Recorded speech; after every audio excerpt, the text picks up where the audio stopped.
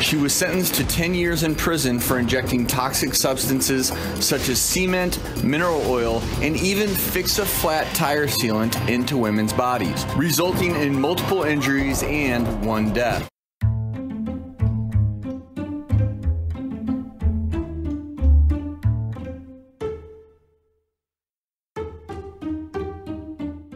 Let me formally introduce myself. I'm Dr. Jim Grinstead. I hold a doctorate in philosophy from Springfield University. It says so, right on the diploma that hangs on the wall. And if I want a PhD in math, all I need to do is open my word processor and presto changeo, it's done. The template costs me nothing, but for a few $100s, I could have a diploma from an accredited university printed on paper that's an exact replica of the ones used by the school. For a few $1,000s, I could also get a complete transcript. Today we're going to talk about fake credentials, those that bestow social or professional responsibility that the bearer never earned. There are a lot of scams that are run with such documents, but don't be afraid. The doctor is in. Moments ago, you heard about a scammer injecting things like Fix-A-Flat as part of a cosmetic procedure. But there's more to that story. This was not the first trip to the courthouse for O'Neill Ron Harris. This is Glenda Milberg, a reporter from WPLG in Miami. This prison sentence given by Broward County today actually is the second time Morris will be going to prison for butt injection crimes. She actually spent some time in prison for Miami-Dade crimes, practicing medicine without a license. Here today in court, very emotional in the sentencing hearing as some of the people who called themselves victims yelled at her and screamed at her and questioned why she would do this kind of thing. Morris herself spoke to the court, called herself a victim of a media trial, and because she is a transgender woman, she feels like she has faced discrimination. Most of us accept that whatever credentials are displayed are real. I've had FBI agents flash a badge at me, then, being the suspicious person that I am, asked to look more closely at them. It was then that I realized I had no idea what a real badge looked like. We can be shown badges, ID cards, or even business cards, and not know whether they are real or designed to distract us, so we're suckers ripe for the picking. In my research, I found out how easily one could buy a fake driver's license that supposedly was scannable and would pass as real. I didn't buy one to test the theory. It wasn't worth $150 to find out. Another website would sell me the materials to make my own fake driver's license, complete with hologram and plastic backings that match those used in many states. Fake driver's licenses are one thing, but there are many cases where fake credentials can be deadly. For example, fake building inspection logs that show welds that were inspected when they were not. In 2014, the New York Times reported that two companies hired people through Craigslist, hairdressers, short order cooks, musicians, day laborers, to pretend to be safety managers.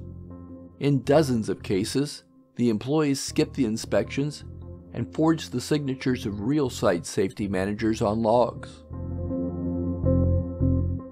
The website Tech Talk reported on the case of Nicole Palmer, a lawyer that graduated from Columbia University. In her law firm profile, she states she specializes in the application and protection of industrial design and has been building her career successfully for 30 years. Reporter Ben Dixon followed Nicole's trail after getting a cease and desist order from her law firm saying the photo had been used without permission. While Nicole was happy for her image to be used, a photo credit would be required or legal action would follow. Dixon traced the photo to a website that provides royalty-free images, thus there was no basis for legal action. Dixon confronted them and was told the lawsuit would be dropped. It pays to check the credentials of those who threaten you. It's also a good idea to check the credentials of someone who performs an autopsy on a relative. A Kansas man with no medical license is doing business here in Indiana. His company is performing autopsies with no credentials. And all of this is coming to light as another state works to shut down his makeshift morgue. In Indiana, reporter Sandra Chapman of WTHR picked up on the story and identified the man as Sean Parcells. Chapman spoke with Nicole Cass, whose family was suspicious about their grandmother's death, and paid $3,600 to Parcells' company for the autopsy. Cass and Chapman confronted Parcells outside a Kansas courthouse. Sean, my name is Nicole. You did an autopsy on my grandmother, Dolly Kinder, in Indianapolis. We have to have my grandmother's casket opened up because we don't even know if you just scammed us for the money or if you actually performed an autopsy on my grandmother. An autopsy was done. There was no scam. But Parcells told 13 Investigates there was no autopsy of Dolly Kinder. He claims he hired a third party to remove only tissue and portions of her brain, but admits the person who did the work is not licensed either. No, he's a surgical technician. If you're willing to fake credentials to be a doctor, you may as well try to pass yourself off as a lawyer too. Giovanni Dono is not a lawyer, and courts have ruled that he's a fake and a fraud. Among his claims was that he represented Iraqi leader Saddam Hussein and other prominent figures. He said he held meetings with Osama bin Laden and Zimbabwe leader Robert Mugabe, neither of which checked his credentials either. Joey Jackson, an attorney and regular contributor to CNN, talked about bogus legal credentials. And the other thing is when you go to court, you don't have to produce credentials. You don't. There's nothing at the time that you go into court. It's not like, okay, Mr. Jackson, show me your identification. There's nothing you have to produce. We've talked briefly before about fake college or university degrees, but I want to take a moment for you to hear from Alan Ezell, a former FBI agent interviewed on C-SPAN. He and other agents investigated what they call criminal enterprises, which generate documents. Ezell said the internet has allowed the sale of fake degrees to flourish, and he knows of one enterprise that from 1998 until 2003 grossed approximately $435 million.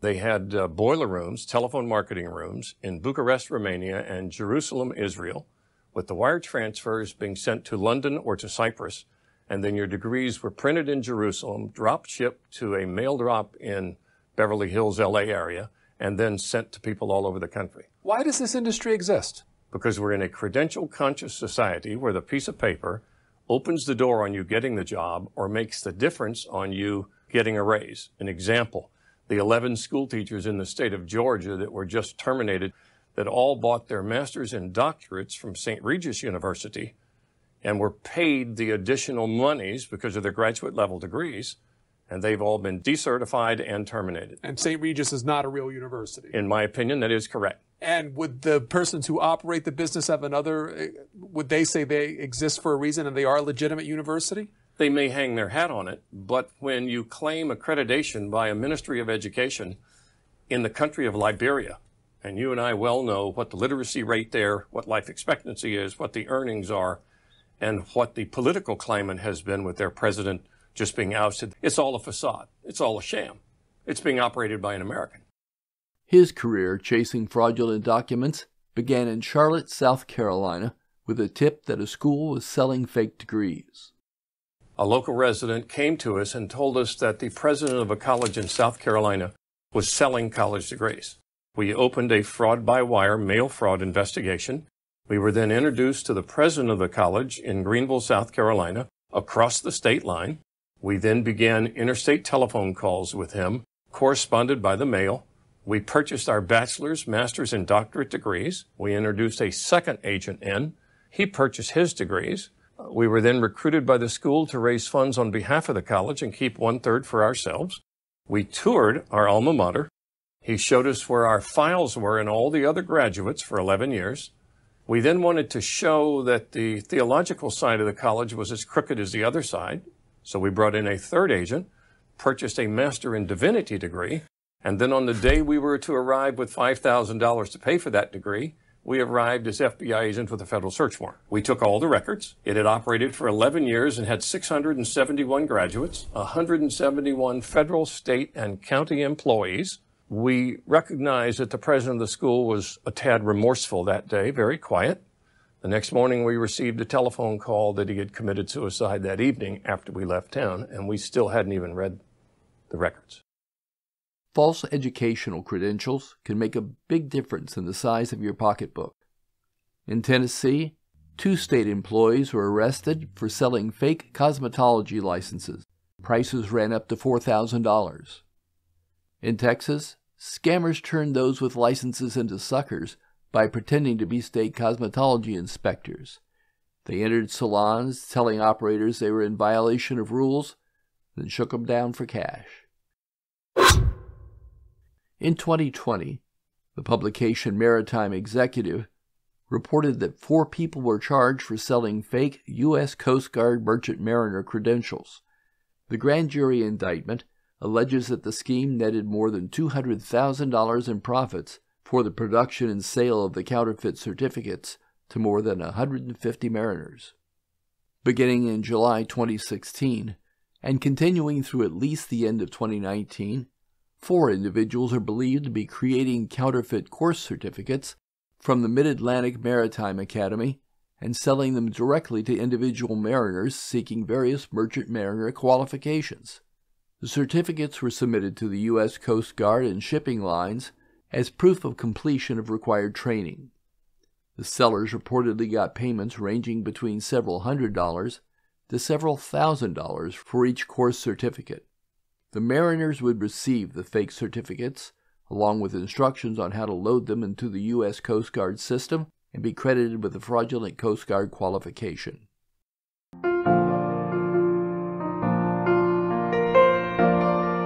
Now we come to the credential scam that is, for me, the most vile. People who claim to be military heroes when they'd seen little or no combat. Some haven't served in any branch of the service. In Canada, a man dressed as a soldier participated in a Remembrance Day event and told a TV reporter that it was a chance to pay respect to those who died for their country. Viewers noticed discrepancies in his uniform and called the CBC to alert them. He was wearing the uniform of a paratrooping sergeant. Jake Flanders was a member of that outfit for 4 years and said there were no strangers within that tightly knit group. All sorts of people, ex-airborne people, and military jumpers were all over Facebook saying, "Does anybody know this guy?" There were also pictures of him wearing the uniform on his wedding day. A red sash and gold braids stood out to military officers as out of place, as did the undeserved Medal of Bravery. Our standards were established in blood, lots of it, lots of sacrifice, lots of courage, you know, and to have someone use us as a prop for self-glory is frankly pathetic.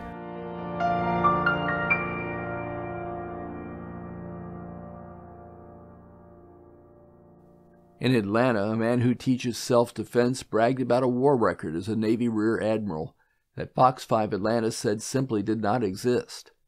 He didn't do special ops for the CIA, nor did he serve in Vietnam. He's not a 20-year veteran of the Navy SEALs. He never met the president in the Situation Room as he claimed. The Navy says he never served. He did spend 6 years in the Marine Corps Reserve. Fox 5 caught up with him as he was on his way to a soldiers' reunion. And you flew jets in the Vietnam War? I did. I flew the A-6B. I flew the Prowler. And you also became a Navy SEAL? I did. Why are you lying about your military record, Bob? I would never lie about my military record. Well, this is your DD-214. You never actually served in Vietnam. Why are you lying? Come on, tell us the truth now. Instead, he beat a retreat for his car. Restaurant owner Ralph Roger said over the years, customers impressed with his stories had offered to pick up McDaniel's check. Last month was the first time he wore a uniform. I was like, really? A Rear Admiral? But I wasn't going to question them right there in front of God and everybody. You said that you were up there in Washington when the El Baghdadi raid took place. You're everywhere. Excuse me. When are you going to start telling the truth? Bob. In a later phone call, McDaniel finally told the truth, admitting all those military exploits were fiction. He apologized and said the idea of wearing a Navy admiral's uniform that day was to honor his late father, who had served in the Navy. Problem is that his dad was not an admiral either. We've just scratched the surface of credential scams, most of them minor, but some are very serious. For example, a restaurant employee who gets a fake ID showing they've completed an alcohol responsibility class. There are fake ordination certificates that allow somebody to legally sign marriage licenses and other documents that require credentials. In another case, a pilot for South African Airways flew for 20 years without a license. He was forced to resign after his fraudulent paperwork was discovered. Another man pretended to be a medical student and told women he would pay them if they disrobed and allowed him to do practice examinations. Texas Rangers arrested him on charges of compelling prostitution by force, threat, coercion, or fraud. Need a fake automotive technician certificate? One company offered one, and I'm quoting from their website, done on top-quality certificate paper just like most schools use. You have your choice of bone or white paper. You may also choose one of our optional leatherette diploma holders. These holders are black on the outside and white silk line on the inside. Your expiration would be 5 years after graduation date. Wherever a credential is needed, there will be people willing to buy and sell fakes. To be safe, make sure the people you're hiring are properly licensed. Most states have listings online so you can see whether the person has legal credentials. It's simply not enough to trust a piece of paper hanging on a wall.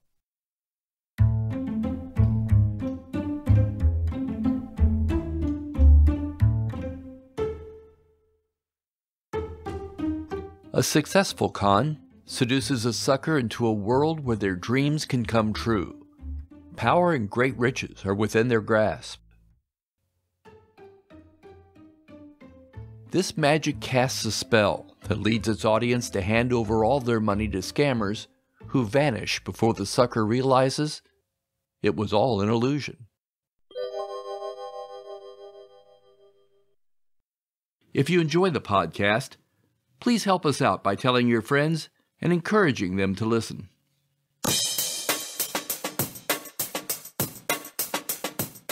Scams and Cons is available wherever podcasts are found and at scamsandcons.com. You can also follow us on Facebook and Instagram. Just search for Scams and Cons. Lastly, if you could head over to Spotify and leave us a 5-star rating, it'd be really appreciated. Spotify listeners are more than half our audience, so it makes a difference. We'll be back in 2 weeks. Thanks for listening.